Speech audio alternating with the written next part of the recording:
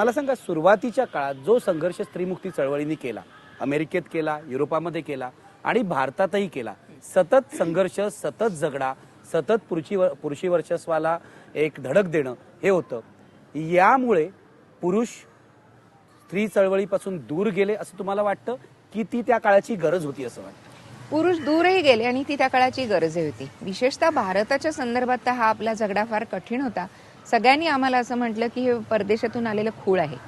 आता मला वाटतं की त्यांना फुले माहीतच नव्हते. म्हणजे ज्या फुल्यांनी बाईला माणसासारखं जगता यावं म्हणून शाळा काढली पहिली, तर माणूस म्हणून जगता येणं म्हणजेच केवढी मोठी महत्वाची उडी होती 150 वर्षापूर्वी. पहिल्यांदा सावित्रीबाईंना शिकवलं. एक्झॅक्टली. तर हे ज्यांना कळलं नाही त्यांना ते तिकडून आयात केलं वाटतं. आम्ही चळवळीतल्या बायका तर करू पहिलं नमन ज्योतिबाला म्हणून त्यांनाच आमचं जनक मानतो. हे समजून घेण्यासाठीच पुन्हा आपल्याला आपल्या सांस्कृतिक संदर्भांमध्ये जावंसं वाटतं. त्याच्यासाठी मला डॉक्टर आह साळुंखे यांच्या भारतीय संस्कृती, हिंदू संस्कृती आणि स्त्री हे जे पुस्तक याचा खूप आधार वाटला. आपल्याकडे वारंवार गार्गी मैत्रेयीची उदाहरणं दिली जातात, पण मैत्रेयीसारखी जी अत्यंत बुद्धिमान बाई होती तिची सुद्धा याज्ञवल्क्यांनी एकदा योजलेल्या स्त्री पुरुषांच्या सभेमध्ये जेव्हा ती फार अधिक हुशारीने बोलू लागली तेव्हा याज्ञवल्क्यांनी तिला सुद्धा तंबी दिली होती की मी तुला शासन करू शकेन. म्हणजे बाईची हुशारी दिसली की याज्ञवल्क सुद्धा जर गर्भगळीत होतो तर सामान्य पुरुषाच्या विषयी आपण काय बोलणार. यासारख्या गोष्टी आपण आणि आपल्या रामायणासारख्या कथा घेतल्या, महाभारतामधल्या कथा घेतल्या तर तिथे ज्या प्रकारे स्त्रियांना अगदी भले नियोगाने पुत्रप्राप्ती, त्या नियोगामध्ये तू सुद्धा स्वातंत्र्य किती होतं. मला हव्या त्या पुरुषाबरोबर मला मूल होण्यासाठी संभोग करता येईल असं किती संधी होती. त्यामुळे या सगळ्या फार बोलायच्या गप्पा आहेत, मातृत्वाच्या गौरवाच्या गप्पा आहेत, स्त्रीला फार मोठं स्थान होतंच्या गप्पा आहेत. प्रत्यक्षामध्ये पायातली वाहन खरी हे खरोखरी आज घडीला सुद्धा खूप मोठ्या प्रमाणात खरं आहे. मला तुम्हाला असं विचारायचं आहे की मराठी साहित्य, मराठी संस्कृती यांनी सतत स्त्रीमुक्ती या विचारांची चेष्टा केलेली आहे. स्त्रीमुक्ती करणाऱ्या बायका म्हणजे केस कापलेल्या बायका, बॉबकट केलेल्या बायका, स्लीवलेस घालणाऱ्या बायका, आधुनिक पेहराव करणाऱ्या बायका, सिगरेट ओढणाऱ्या बायका, हे एक तद्दन जी एक इमेज आहे ती मराठी साहित्याने केलेली आहे. तुम्ही जवळजवळ 50 वर्ष पत्रकारिता केली आहे. तुम्हाला असं वाटतं आज तरी आपण या इमेजमधून बाहेर पडलो? दुर्दैवाने नाही असं मला उत्तर द्यावं असं वाटतं आणि त्याच्यासाठी जरा काही लोकांची क्षमा मागून पण मी 2 नावांनीशीच उल्लेख करू इच्छिते. आता नुकतीच माझी ज्यांना पद्मश्री मिळाली त्याच्या आधी शशी देशपांडे या साहित्य अकादमीचा पुरस्कार मिळालेल्या लेखिकेशी बोलणं झालं. त्यांना जेव्हा पुरस्कार मिळाला तेव्हा अकादमीमध्ये त्यांनी एक भाषण केलं आणि त्याच्यामध्ये आपण कसं लिहिलं, का लिहिलं या प्रवासाबाबत त्या बोलल्या आणि त्याच्यामध्ये आपल्या वडिलांचा आणि आपल्या नवऱ्याचा आपल्याला कायम पाठिंबा होता असा उल्लेख केला. हे भाषण करून जेव्हा त्या खाली आल्या तेव्हा गंगाधर गाडगीळांसारखा नामवंत लेखक त्यांना असं म्हणाला की नशीब म्हणजे तुम्हाला 2 तरी चांगले पुरुष भेटले. अरे त्या बाई साहित्याविषयी बोलल्या, त्या माझ्या आयुष्यातल्या पुरुषांविषयी नव्हत्या बोलल्या आणि त्यांनी काय बरं आणि वाईट केलं हे महत्वाचं नसून कृतज्ञता व्यक्त केली होती. पण गाडगिळांना हाच प्रश्न सुचला. दुसरं उदाहरण आमची मैत्रीण आसावरी काकडे, तिलाही अनुवादासाठी साहित्य अकादमीचा पुरस्कार मिळाला.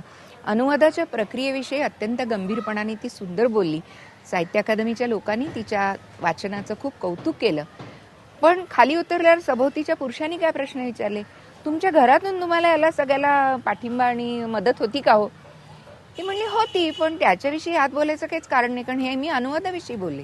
तेव्हा बाई बोलताना पुन्हा तिच्या भोवती काय आहे हे जाणून घेण्याची काय यांना उत्सुकता वाटते. तिथे त्या दोघींना पुरस्कार दिले ते त्यांच्या साहित्याविषयी दिले होते, त्यांच्या आयुष्यातले पुरुष आणि कौटुंबिक परिस्थितीचा काही संबंध नव्हता. या सगळ्या पुरुषांशी आणि पुरुषी प्रवृत्तीशी झगडा करत विद्याताई तुम्ही 50 वर्ष वाटचाल केलेली आहे आणि यशस्वी वाटचाल केली आहे. मला तुमच्या जरा लहानपणाकडे वळायचं आहे आता. मला सांगा, नची केळकर ज्यांना अख्खा महाराष्ट्र ओळखतो टिळकांचे सहकारी म्हणून, ते तुमचे आजोबा. तुमच्या या सगळ्या प्रवासामध्ये त्या आजोबांचं काय योगदान आहे? मला खूप वाईट वाटतं या गोष्टीचं की माझे आजोबा गेले तेव्हा मी 10च वर्षाची होते आणि ते इतकं अडाणी वय होतं की आजोबांचं मोठेपण मला त्या काळात कळत होतं. ते रोज संध्याकाळी टांग्यात होते ना, ते खूप हारगुच्छ घेऊन यायचे. त्यामुळे आपले आजोबा काहीतरी वेगळे तेवढं मला कळलं होतं. पण खरे मला माझे आजोबा केव्हा कळले हे मला तुला सांगायला आवडेल. मी 1972 साली माझं कमला की हे प्रसिद्ध झालं पुस्तक आणि कमलाबाई देशपांडे ही तात्यासाहेबांची कन्या. त्यांचं चरित्र लिहिताना मी तात्यासाहेबांविषयीही पुन्हा काही वाचलं आणि मला असं वाटलं, आता हे मी विधान खूप माझ्या कमी अभ्यासातून करते पण मला वाटलेलं म्हणून मी करते, की माझे आजोबा खूपच लोकशाही वृत्ती मानणारे, खूप पुरोगामी विचाराचे होते आणि कदाचित ते टिळकांच्या बरोबर कामात नसते तर ते मवाळांचेच अध्वर्यू झाले असते. हे खूप धाडसी विधान आहे, पण मला अशासाठी पटलं की घरच्या घटना घडामोडींमध्ये म्हणजे कमलाबाई देशपांड्यांचं लग्न 1912-13 साली झालं. हा देशस्थ कोकणस्थ विवाह होता. पुढे दुर्दैवाने लवकरच 2.5-3 वर्षामध्ये माझ्या या आत्याबाईंना वैधव्य आलं. त्यानंतर सुद्धा त्या काळात माझ्या आजोबांनी तुला पुनर्विवाह करायचा आहे का हे विचारलं होतं आणि त्यांचं सासर आणि माहेर दोन्ही प्रगत विचारांचं असल्यामुळे माझ्या आत्याबाईंचं केशवपण झालं नव्हतं. तेव्हा मला तात्यासाहेब कळले, आमचे आजोबा कळले, हे खूप उशिरा कळले. मला सांगा की हे तुमचं बालपण, नचिकेळकर आजोबा त्यांचा संस्कार, त्या तशा उदारमतवादी घराचा संस्कार, तरी सुद्धा 1974 साली तुम्ही जनसंघाच्या तिकिटावर पालिकेची निवडणूक लढवली. हो. म्हणजे उदारमतवाद हा एका बाजूला आणि जनसंघाचं तिकीट दुसऱ्या बाजूला, हे कसं काय झालं? ते फार इंटरेस्टिंग गोष्ट आहे आणि मला ती सांगायलाच हवी. त्याचं कारण असं आहे की 72-74 सालापर्यंत मी एका मध्यमवर्गीय म्हणजे आर्थिकदृष्ट्या सुद्धा आणि मध्यमवर्गीय नावाची जी वृत्ती असते त्या वृत्तीने सुद्धा मध्यमवर्गीय कुटुंबातलाच घटक होते, लग्नाआधी आणि लग्नानंतर. आणि त्याच्यात काही गैर आहे असं दुर्दैवाने मला त्या काळापर्यंत वाटलं नव्हतं. त्याचाच परिपाक म्हणून मी अशी उभी राहिले. शिवाय माझ्या माहेरी माझे भाऊ संघाच्या सत्याग्रहामध्ये गेलेले, माझा नवरा सत्याग्रहामध्ये गेलेला, त्यामुळे माझ्याकडे खरं वातावरण. तुमचं घर संघाशी संबंधित हो होतं. हो हो. हे बघ ना, माझा नवरा आणि भाऊ हे दोघंही जण जेलमध्ये जाऊन आलेले होते संघाच्या सत्याग्रहात. एवढंच कशाला, माझ्या घराजवळ लग्न झाल्यानंतर जवळच ग्राउंड होतं आणि तिथे संघाची शाखा भरत असे. आणि मला आज सांगायला खूप एका परीने खेद होतो, पण ती वस्तुस्थिती आहे तेव्हा ती सांगायला हवी की मी इतकी विचार न करणारी होते की ह्या सगळ्याचा मी विचार न करता घराजवळ मैदान आहे तर मग जाऊ देत मुलं शाखेमध्ये. आणि हे बॅकग्राऊंड तर होतंच माहेरी आणि सासरी, त्यामुळे मुलं शाखेमध्येही जात होती. यामुळे जनसंघाच्या लोकांची अधूनमधून संपर्क येत होता आणि त्यावेळच्या निवडणुकीमध्ये पोलिंग एजंट म्हणून मी सुद्धा या पक्षाच्या वतीने काम केलं. या सगळ्याच्या परिणामातून मला त्यावेळेला असं विचारण्यात आलं की तुम्ही जनसंघ पुरस्कृत उमेदवार म्हणून उभ्या अच्छा, तुम्ही राहाल का? अपक्ष होतात. हो, मी त्यांची मेंबर कधीच नव्हते. तर मला असं विचारण्यात आलं आणि मला आता असं वाटतं की आपला सुद्धा एक अहंकार असतो, तो थोडा कुरवळला गेला. म्हाळगींसारखा माणूस त्यावेळेचा तो रामभाऊ मोठा म्हाळगींनीच नेता, रामभाऊ म्हाळगी, त्यांनी शेवटी मला विचारलं की तुम्ही उभं राहिलात तर फार बरं होईल.